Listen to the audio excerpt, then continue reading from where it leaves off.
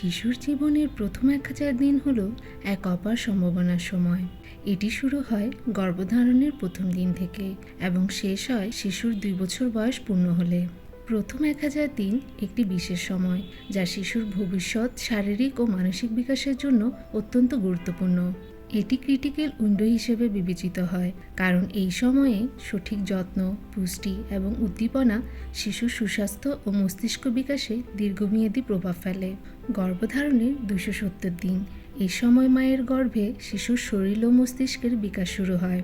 মায়ের সঠিক পুষ্টি, স্বাস্থ্যসেবা এবং মানসিক প্রশান্তি শিশুর সুস্থতার জন্য গুরুত্বপূর্ণ। জন্ম থেকে 6 মাস 180 দিন।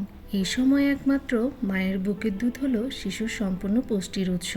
মায়ের স্নেহ, সুরক্ষা এবং নিয়মিত স্বাস্থ্য পরীক্ষা শিশুর বিকাশে ভূমিকা রাখে। 6 মাস থেকে 2 বছর 550 দিন। সঠিক পরিমাণ ও মানসম্পন্ন বাড়তি খাবার দেওয়ার পাশাপাশি বুকের দুধ চালিয়ে যেতে হবে। এই সময়ে শিশুর ভাষাগত, সামাজিক ও মানসিক বিকাশের জন্য উৎসাহ এবং যত্ন প্রয়োজন। মস্তিষ্কের 80 থেকে 90% বিকাশ এই সময় সম্পন্ন হয়। অপুষ্টি বা অবহেলা এই বিকাশে বাধা সৃষ্টি করতে পারে। এই সময় সঠিক পুষ্টি শিশুর সঠিক উচ্চতা, ওজন এবং রোগ প্রতিরোধ ক্ষমতা নিশ্চিত করে। এই সময়ে পর্যাপ্ত পুষ্টি ও সময়মতো টিকাদান শিশুকে রোগের বিরুদ্ধে লড়াই করতে সাহায্য করে। শিশুর সঙ্গে কথা বলা, গান গাওয়া এবং গল্প বলার মাধ্যমে ভাষাগত দক্ষতা এবং সামাজিক আচরণ তৈরি হয়। ধন্যবাদ।